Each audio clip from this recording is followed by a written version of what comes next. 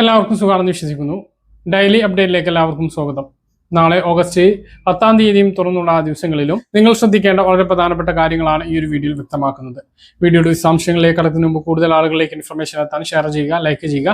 ഫേസ്ബുക്കിലൂടെ കാണുന്ന ആളുകൾ ഫോളോ ചെയ്യുക. വീഡിയോയുടെ വിശദമായ വിവരങ്ങളിലേക്ക് വരാം. നാളെ മുതലാണ് റേഷൻ കടകളിലൂടെ സൗജന്യ ഭക്ഷ്യകിറ്റിന്റെ വിതരണം ആരംഭിക്കുന്നത്. സൗജന്യ ഭക്ഷ്യകിറ്റ് മാത്രമല്ല, നീല വെള്ള റേഷൻ കാർഡുള്ളവർക്കുള്ള അധിക അരിയുടെ വിതരണവും ആരംഭിക്കും. 26 രൂപ നിരക്കിലാണ് ഓണം സ്പെഷ്യൽ അരി ഈ മാസം 10 കിലോ വീതം നീല വെള്ള റേഷൻ കാർഡുള്ളവർക്ക് അനുവദിച്ചിട്ടുള്ളത്. ഇതുകൂടാതെ നീല റേഷൻ കാർഡിന് 3 കിലോ അരിയും 2 കിലോ ഗോതമ്പുണ്ട്. വെള്ള റേഷൻ കാർഡിന് 7 കിലോ അരിയും 2 കിലോ ഗോതമ്പുണ്ട്. ഇതിന് പുറമെയാണ് 10 കിലോ അരി കൂടി 10-ാം തീയതി മുതൽ വിതരണം ആരംഭിക്കുന്നത്.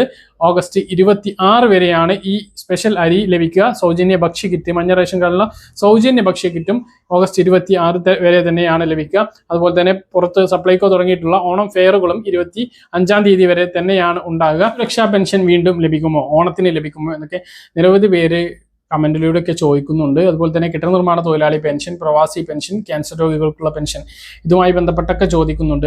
ഇതോടൊപ്പം തന്നെ കണക്ട് ടു വർക്ക് സ്കോളർഷിപ്പിനെ കുറിച്ചും ചോദിക്കുന്നു. ഇതിൽ ഏറ്റവും പ്രധാനപ്പെട്ട കാര്യം, കണക്ട് ടു വർക്ക് സ്കോളർഷിപ്പ് വീണ്ടും നൽകാൻ വേണ്ടി ഈ സർക്കാരും തീരുമാനിച്ചിരിക്കുകയാണ്. അത് തുറന്നും ലഭിക്കുന്നതാണ്. പക്ഷേ സ്ത്രീ സുരക്ഷാ പെൻഷന്റെ കാര്യത്തിൽ ഒരു പുതിയ തീരുമാനം ആയിട്ടില്ല. കൃത്യമായിട്ടുള്ള പഠനങ്ങൾ നടത്തിയതിനു ശേഷം മാത്രമായിരിക്കും സ്ത്രീ സുരക്ഷാ പെൻഷൻ പുനരാരംഭിക്കുമോ എന്നുള്ള കാര്യത്തിൽ ഒരു തീരുമാനമെടുക്കുക എന്ന് മുഖ്യമന്ത്രി നേരത്തെ തന്നെ വ്യക്തമാക്കിയതാണ്. അതുകൊണ്ട് തന്നെ ഓണത്തിന് സ്ത്രീ സുരക്ഷാ പെൻഷൻ ആർക്കും ലഭിക്കില്ല. കെട്ടിട നിർമ്മാണ തൊഴിലാളി പെൻഷൻ 2 മാസത്തേക്ക് കിട്ടും എന്നാണ് ഇപ്പോൾ നമുക്ക് ലഭിക്കുന്ന സൂചനകൾ. കൃത്യമായിട്ടുള്ള അറിയിപ്പ് അതിലെ ഉദ്യോഗസ്ഥർക്ക് പോലും നൽകാൻ കഴിയുന്നില്ല. കാരണം അവരെല്ലാം താൽക്കാലിക ജീവനക്കാരാണ്. അവർക്ക് ഫണ്ട് എത്തിയാൽ അവർ വിതരണം ചെയ്യും എന്നുള്ളത് മാത്രമേ അവർ പറയുന്നുള്ളൂ.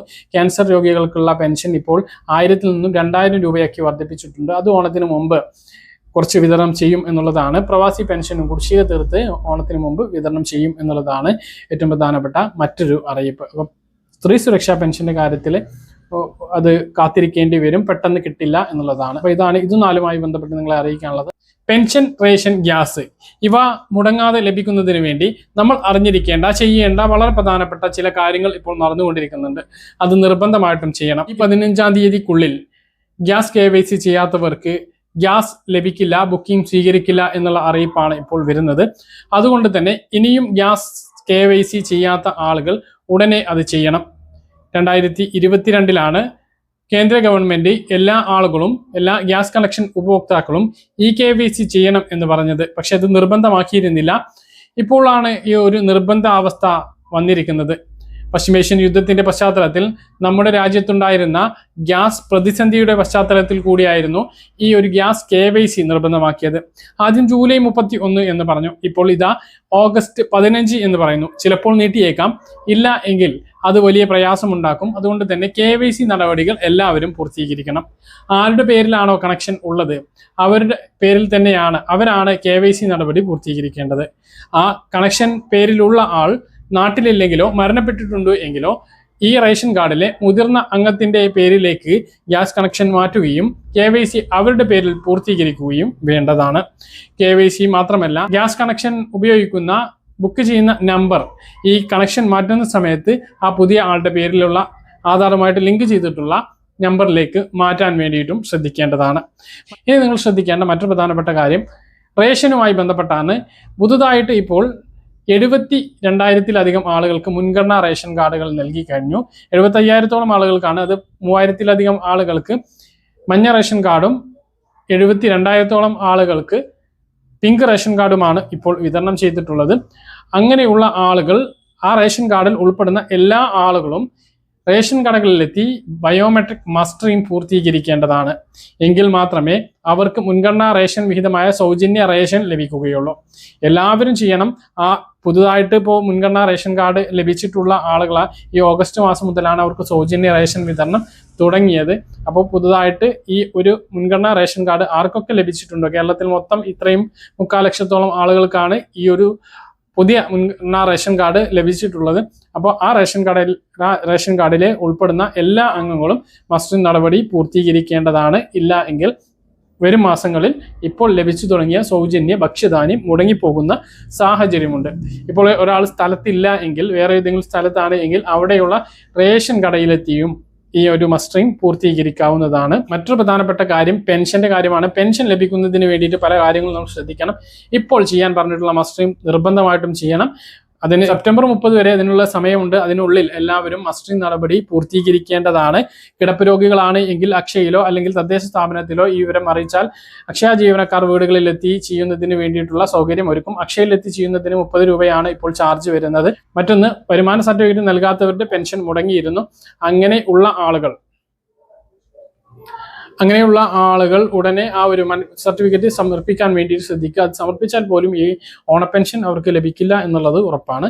ഇനിയിപ്പോൾ പെൻഷൻ വിതരണം പൂർണ്ണമായിട്ടും ബാങ്ക് അക്കൗണ്ടുകളിലൂടെ ആക്കാൻ വേണ്ടിയിട്ട് ഇപ്പോൾ തീരുമാനിച്ചിട്ടുണ്ട്. അപ്പോൾ ഈ സംസ്ഥാനത്ത് ഇപ്പോൾ 62 ലക്ഷം പെൻഷൻ ഗുണഭോക്താക്കളിൽ 26ഓളം ലക്ഷം ആളുകൾക്ക് മാത്രമാണ് ബാങ്ക് അക്കൗണ്ടിൽ നിലവിൽ ലഭിച്ചുകൊണ്ടിരിക്കുന്നത്. 30 ലക്ഷത്തോളം ആളുകൾ വീണ്ടും പുതുതായിട്ട് ബാങ്ക് അക്കൗണ്ട് എടുക്കുകയും സേവനയിൽ അക്കൗണ്ട് ഡീറ്റെയിൽസ് ചേർക്കുകയും വേണ്ടി വരും. അപ്പോൾ അത് എല്ലാ ആളുകളും ശ്രദ്ധിക്കുക. അപ്പോൾ പുതുതായിട്ട് ബാങ്ക് അക്കൗണ്ട് എടുക്കാൻ വേണ്ടി ശ്രദ്ധിക്കുക. 30 ലക്ഷത്തോളം അക്കൗണ്ട് സർക്കാർ എടുക്കാൻ പറയുന്ന സമയത്ത് തിരക്കുണ്ടാകും. അപ്പോൾ നിങ്ങൾക്ക് തൊട്ടടുത്തുള്ള ദേശസാൽകൃത ബാങ്കിൽ പോയിട്ട് SBIയിലോ അല്ലെങ്കിൽ ഫെഡറൽ ബാങ്കിലോ HDFCയിലോ ഏതിലാണ് നിങ്ങൾക്ക് സൗകര്യം എന്ന് വെച്ചാൽ ആ ഒരു ബാങ്കിൽ പോയിട്ട് നിങ്ങളൊരു അക്കൗണ്ട് എടുക്കാൻ വേണ്ടി ശ്രദ്ധിക്കുക.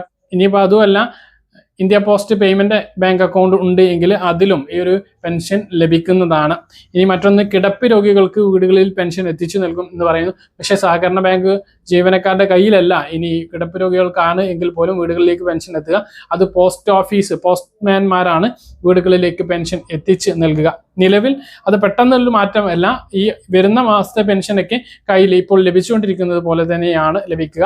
ആ ഒരു കാര്യം എല്ലാവരും ശ്രദ്ധിക്കേണ്ടതാണ്. അപ്പോൾ എന്തൊക്കെ മാറ്റങ്ങളാണ് വരുന്നത്, എന്താണ് നമ്മൾ ചെയ്യേണ്ടത് എന്നൊക്കെ നമ്മൾ കൃത്യമായിട്ട് അറിയും. അപ്പോൾ നമ്മൾ വീഡിയോയിലൂടെ കൃത്യമായിട്ട് അറിയിക്കുകയും ചെയ്യും. ആ സമയത്ത് ബാങ്ക് അക്കൗണ്ട് എടുക്കാൻ പറയുന്ന സമയത്ത് എടുക്കുകയും സേവനയിൽ അത് അപ്ലോഡ് ചെയ്യാൻ പറയുന്ന സമയത്ത് അപ്ലോഡ് ചെയ്യുകയും വേണ്ടി വരും എന്നുള്ളതാണ്. അപ്പോൾ ഇതാണ് പെൻഷൻ വിതരണവുമായി ബന്ധപ്പെട്ട് നിങ്ങളെ അറിയിക്കാനുള്ളത്. ഇതാണ് റേഷൻ, പെൻഷൻ, ഗ്യാസുമായി ബന്ധപ്പെട്ട് നിങ്ങളെ അറിയിക്കാനുള്ളത്. പറഞ്ഞ കാര്യങ്ങൾ കൃത്യമായിട്ട് മനസ്സിലാണെന്ന് കരുതുന്നു. ഇതുപോലെ ഇൻഫർമേഷൻ ലഭിക്കാൻ ചാനൽ സബ്സ്ക്രൈബ് ചെയ്യുക, ബെല്ലൈക്കൺ എനേബിൾ ചെയ്ത് വെക്കുക. മറ്റൊരു വീഡിയോ വീണ്ടും കാണാം. ബൈ. പറഞ്ഞ കാര്യങ്ങൾ കൃത്യമായിട്ട് മനസ്സിലാണെന്ന് കരുതുന്നു. ഇതുപോലെ ഇൻഫർമേഷൻ ലഭിക്കാൻ ചാനൽ സബ്സ്ക്രൈബ് ചെയ്യുക, ബെല്ലൈക്കൺ എനേബിൾ ചെയ്ത് വെക്കുക. മറ്റൊരു വീഡിയോ വീണ്ടും കാണാം. ബൈ.